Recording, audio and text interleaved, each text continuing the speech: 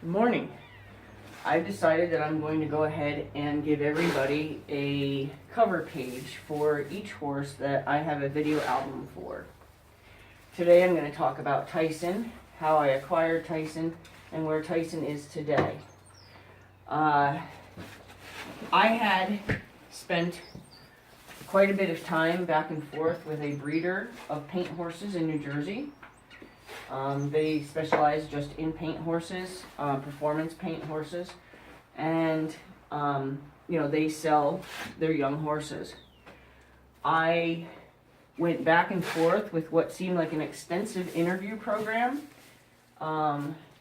where I was made to explain who I was, what my qualifications were to raise a young horse, if I had a facility to properly house a young horse, and if I had any training experience or was somebody set up to train the horse for me.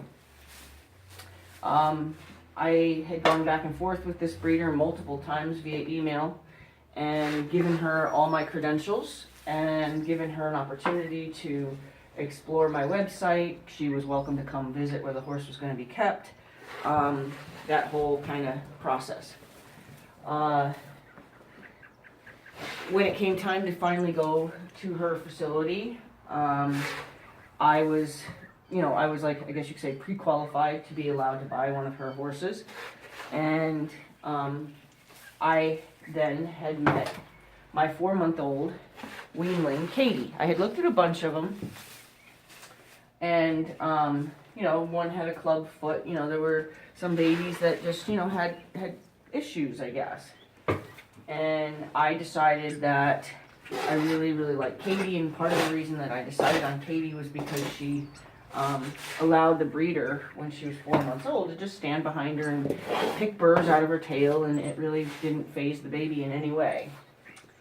I was impressed by that, just that there was no fear, no lack of connection to the human. She truly had been handled since birth, kind of thing. And I really, really appreciated that kind of handling. So, Katie is a solid bred paint. She does not have white, which is what they call color. She does not have color in the areas that she would be required to have color to be registered as a specific color pattern: Overo, Tovero, Tobiano.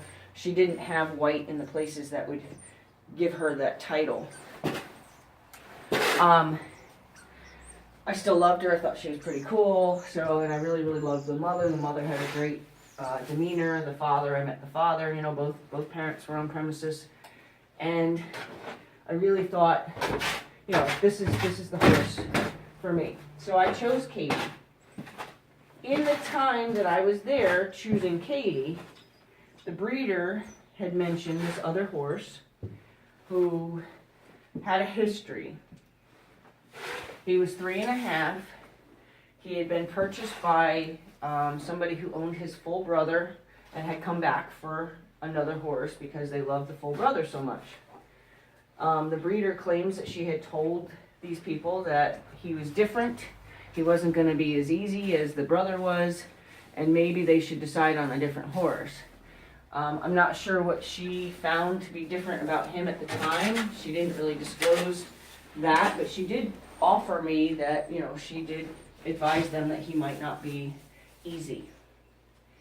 They took him anyway, I believe as a yearling, and raised him until he was, I'm going to say, probably 2.5, maybe 3,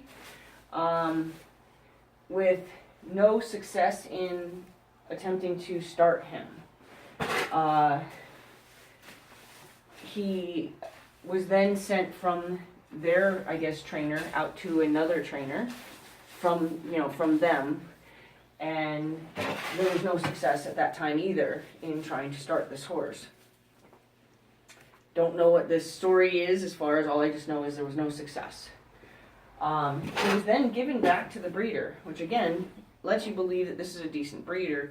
Will take a horse back that's not working out. you know, a couple of years later even. So she sends, the breeder gets the horse back, and I don't know if she, you know, had a, you know, return policy where you get another horse or whatever. I'm not sure how that worked, but that's really none of my business. But what I do know is that she sent the horse out to be trained also, to try to get it so he had a higher value to train, you know, as a trained horse. And I actually met that trainer where he had been sent out to, and she said, because she was there at the facility, she said that it was like every day was a new day. That's how she described him. Every day was a new day. And the training just wasn't taking. No specifics were given to me as to why. No, you know, like no behaviors. They didn't say, oh, he bucks you off, or he rears or runs or anything. They didn't tell me what he did that made the training not take, as it were put. But they did say, yes, you know, he was a challenge, and basically they stroked my ego and said, you know, based on what they had seen on my website and, you know, what I do, kind of work that I do, that maybe he would be perfect for my program. So, you know, you tell somebody that's striving to train the untrainable kind of thing, that this horse is perfect for your program because he's been untrainable by now what appears to have been 3 trainers. So, of course, you know, throw them in, package deal. So I bought Katie, and I guess I bought Tyson and probably got Tyson for free, but, you know, the price was one price for the 2 of them. I get Tyson home, and Tyson is scared of the world. Tyson came with Katie. I paid to have Katie and Tyson boarded there for the 2 extra months, so Katie got 6 months standing beside her mom. That was important to me, so because this breeder will let, and probably likes to let, horses go at 4 months. Katie was 4 months at the time, but I asked if she could stay longer, and I paid, you know, for her to stay longer, and the breeder was compliant with that.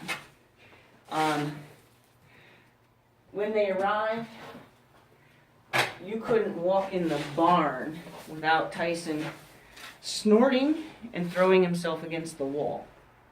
And I mean throwing himself against the wall.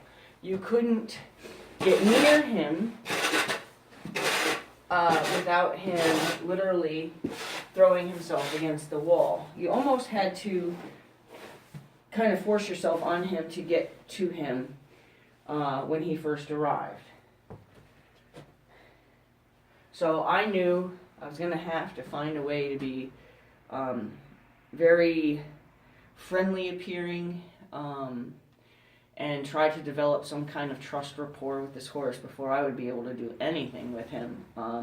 I've never dealt with a horse that was that fearful, and I didn't know what it was yet. I didn't know if it was, you know, his personality or if he was afraid because of things that had been done to him. I'm not sure, and I'm not going to speculate. All I know is that he was terrified of me, people.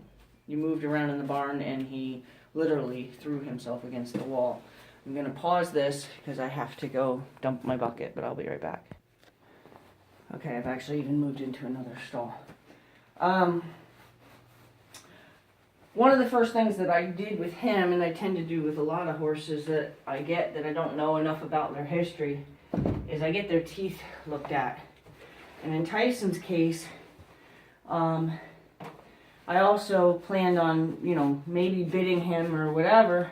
So I wanted to make sure while his teeth were done, if he had wolf teeth, that he went ahead and pulled the teeth out. So he did. He did have wolf teeth. They were pulled out. I think he had 1. And the funny thing is that I told the vet when Tyson was there sedated, that I joked that I would have to call him, you know, every once a week or whatever, and have him come sedate this horse, because that was the most relaxed I had ever seen him. He was so intense in his fear that he was never relaxed. Never. Always on guard, always, ready to throw himself against the wall, always fearful. The girl that used to be with me as kind of a stable hand and training hand, she dubbed him Snorkel. That was his nickname, Snorkel, because that's all he did was he just snorted, and had very violent reactions to just movement in the barn. The teeth were done. Like I said, I was pretty impressed with how relaxed he was able to be, and would love to see him be able to find that kind of relaxation in life. After his teeth were done, fast forward about 6 months of real extensive, please trust me, grooming stuff, just friendly stuff, just touching him, moving around him, just trying to get him to accept movement and scary objects and things like that. Did a lot of tarp work with him, did a lot of things to get him to not be so overreactive when he was fearful. Because, again, he feared everything. I kind of just built on some saddle work that they had already done in terms of just being able to saddle him. I pretty much could just do that right off the bat, so that wasn't something I had to teach him. He actually, and he hadn't built too much fear around being saddled, like the process, because often if they had a fear of something going, wrong, like, the saddle fits bad, or there's been a bad experience under saddle, they connect it to the saddle and they react to the saddle. He wasn't doing that. He actually was very compliant with having the saddle put on, with having a bridle put on. So I did a lot of work with him in the saddle. I was not in the saddle. I did a lot of work with him packing the saddle, just carrying the saddle. Then one day I decided he's ready. I've got a good rapport with him, and he's ready. So now is the day that I'm going to go and I'm going to step up on him. I did a lot of bouncing beside him, got him past being afraid of that. Got him past being afraid of me putting my foot in the stirrup. Got him past being afraid of me bouncing up and down in the stirrup. Got him past all of that. Okay, or so I thought. The first day I sat on him, he stood stock still and, didn't move, didn't react, didn't have any problem, or so I thought. What I didn't know is that he actually went catatonic on me. He went to sleep. He went to his happy place. For whatever reason, he did that. So I thought I had a successful first ride, and that's what I would call my first ride. The first sit on a horse is my first ride, and if you don't get bucked off in that moment, it's a successful ride. So I believed I had my first successful ride on him. I put him away with the intention of starting back up right there. And, you always take a little bit of a step backwards or a little bit of a review. But the next day I came, I did my little bit of review, and off we go to get started with this saddle work. Climbed up on him, again, no problem. And I did this from the ground, I didn't do it from a mounting block. Climbed up on him, no problem. I remember exactly where we were in the arena. I remember exactly the moment that something went wrong. And I remember thinking to myself, that's never happened to me before, not with that kind of intensity. When I got on him, he was fine. I'm sitting on him, we're good, I'm scratching him, telling me he's a good boy, blah, blah, blah. Now I pick up the rein, and I ask him to go. I asked him to move his feet, and actually I only wanted him to step sideways. Like, I only wanted him to cross his front feet over, I only wanted him to do a front yield. And when I took a hold of the reins, Tyson woke up. Okay? So now, he was in a complete another world. He was catatonic. His eyes were glassed over, which I couldn't see, obviously, at the time, but I had later on in his history seen what he does. He woke up, And in the instant that he woke up, he threw me so high up into the rafters. I've never had a horse bronc me off like that before. Like full on bronc. And he did it like his life depended on it. And I really sincerely believe with the intensity and the power behind how he threw me. And it was like, boom. As soon as I picked up the rein, boom, I'm on the ground. And I remember exactly how intense. I remember feeling, because I got lucky, I slid down his left shoulder. And I got lucky that I was able to kind of stay connected to the horse on my way down, or I would have probably been a lot more shaken up or hurt. I knew then something was up. Whether it be more work needs to be done or whatever. So I contacted so I started getting hypersensitive. And I noticed that when I brushed his back, he would hollow out his back. He'd turn into, this, oh my God, my back hurts. So I called a vet, had the vet say, yes or no, is he back sore, is he back tender, could there be something wrong with his back? And essentially it was deemed no. Yeah, he looks a little tender, but, I wouldn't call this a back problem. Okay. So then we kind of decided, because of how muscled up he was, unfortunately the breeding of certain breeds has kind of gotten to an over breeding level, and they're boxier than they should be or whatever, and they're a quarter horse lineage, so he has a very boxy frame. So, but his neck was, in her evaluation or exam, his neck was super, super tight. Like you could bounce a quarter off his neck and and actually send it somewhere. She decided that he might be like insulin resistant or something, and that she said I should put him on a low carb diet. So I went to extremes. I found a good diet for him, really went and tested and talked to different manufacturers, different nutritionists to make sure I found the right grain for him. And that's how I stumbled upon Pool and Grain, which I love. I have all of my products are Pool and Grain now, but we're not sponsoring Pool and Grain here, but just so you know, it's a great grain. So I went and I met with the nutritionist. They came to my farm. They showed me all their other products, and we decided on the one called Carb Safe. Fed him Carb Safe, for a long time. Again, we're back into training. And decided, okay, maybe we'll try this again. So now Tyson doesn't even go catatonic on me. Now he is at the point to where when you attempt to step up into the saddle, he blows up. Okay. I admit, after another vet came, because again, I'm convinced there's something wrong with this horse now, right? Like, I'm convinced there's got to be something medical. There's got to be, right? Like, please tell me that I'm going to have this horse that is going to buck me off every time I try to get on him.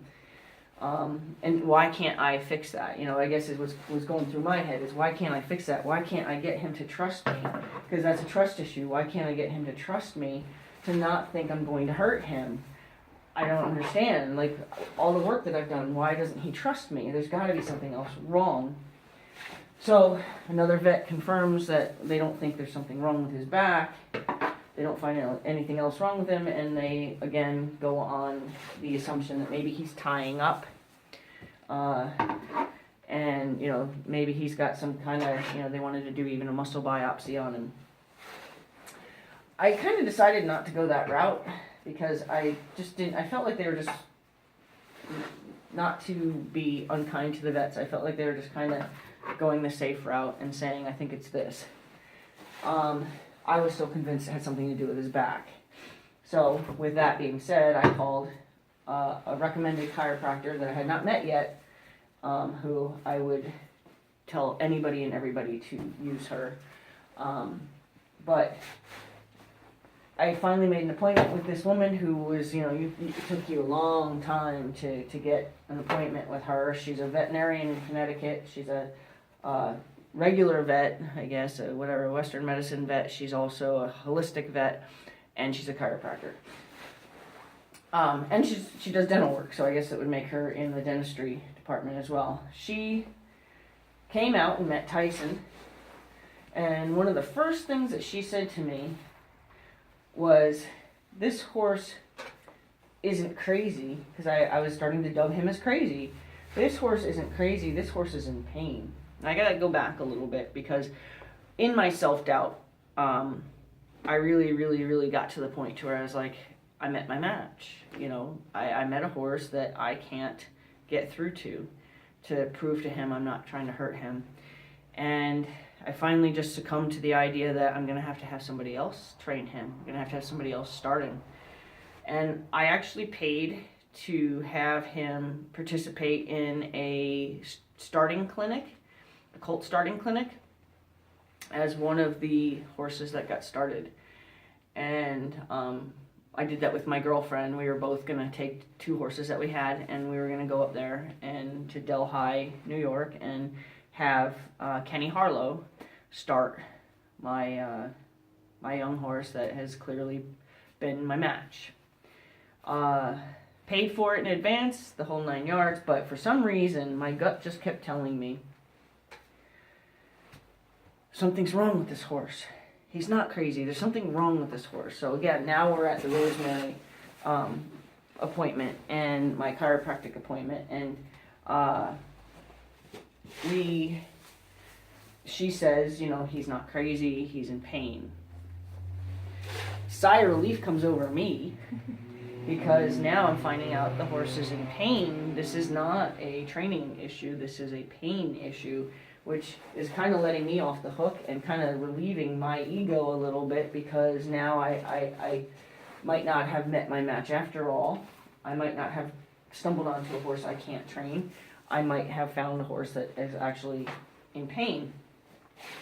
So she does some adjustments. She finds that this is locked, this is locked. His jaw was locked, he was out at the pole, he had ribs out of alignment, he couldn't breathe properly because of the rib placement. He had, obviously, his entire back was out, his tail was out, his knee was out, his shoulder was out, everything was out. This horse was completely out of whack. She makes her adjustments, suggests that he go on some herbs to help him come down from some of his anxieties, and she also showed me some exercises that are fantastic in helping a horse breathe more properly. And it's just a simple exercise you can do with your horse to create or stimulate better breathing. So, and it was like 30 on one side, 30 on the other side kind of activity. So I do that. I make a follow-up appointment because clearly he's not set yet. She comes back a second time, and she realizes everything else that she had adjusted is stayed in its place, and the only thing that was out of whack still was his back. So she looks at me and she says, look, she says, go get him x-rayed between here and here. So between where the mane ends at the wither and basically where the saddle ends on the horse's back. She says, that can't be adjusted. There's something wrong there. So I make an appointment to have him taken into the clinic, and I get these x-rays done. Now remember, I had multiple vets look at him and knew about what his problems were, if you will. And it just so happened that everybody that had seen him in my search for if there's something else wrong with this horse happened to be at the clinic the morning that I brought him in for these x-rays. So when he got his x-rays, they were put up on the screen, and all the other vets, actually out of curiosity, I assume, came in to view these x-rays themselves. And I'm shown where there's 2 spots where this horse had broken his back, and they were old. injuries. So maybe back even to when he was a baby. And I said, well, how do you imagine something like that would happen? And the vet said, well, sometimes these, higher end breeders will want a live birth and might pull against a contraction. That could have hurt his back. There was like remodeling, so suggestion of fractures. He said mommy could have sat on him. He could have taken a bad fall. You never know. Young horses hurt themselves. So he goes on to tell me that, with regular chiropractic care, injections, and shockwave therapy, you might be able to ride this horse. Well, I had 3 or 4 other horses in the barn at the time, and certainly had no need to ride this horse. So I, had concluded that he's an unrideable horse, and I made him a promise on the way home that I will never let anyone hurt you again, and Tyson has a permanent home here.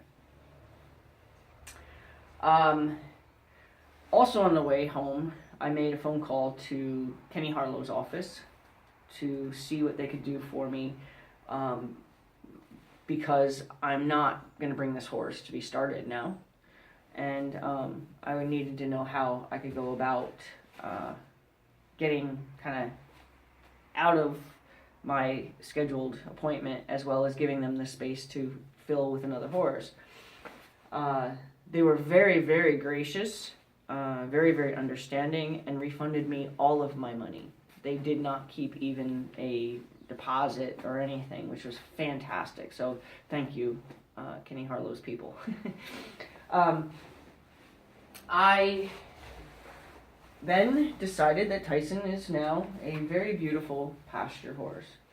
And I have basically allowed him to just be a pasture horse for several years. And then I decided that there's nothing that can stop this horse from being a fantastic ground horse. Now, Tyson is so attentive to me. He's very worried about disappointing me. He's very worried about not performing as I've asked him to. He's got a very hyper-attentive look on his face. He's always got tension in his body.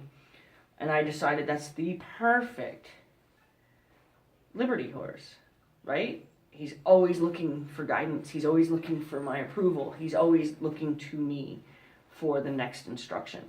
And I'm like, perfect Liberty horse. So this is the beginning of Tyson's Liberty training. Those are the videos that you're going to watch. And let's see where we go with it. But Tyson is now, I believe, 14 years old. He might even be 15. No, No, he's 14. He's 14 years old now. So let's see what we can do with this 14-year-old beautiful pasture horse. Who has been given the promise of nobody's ever going to hurt him again.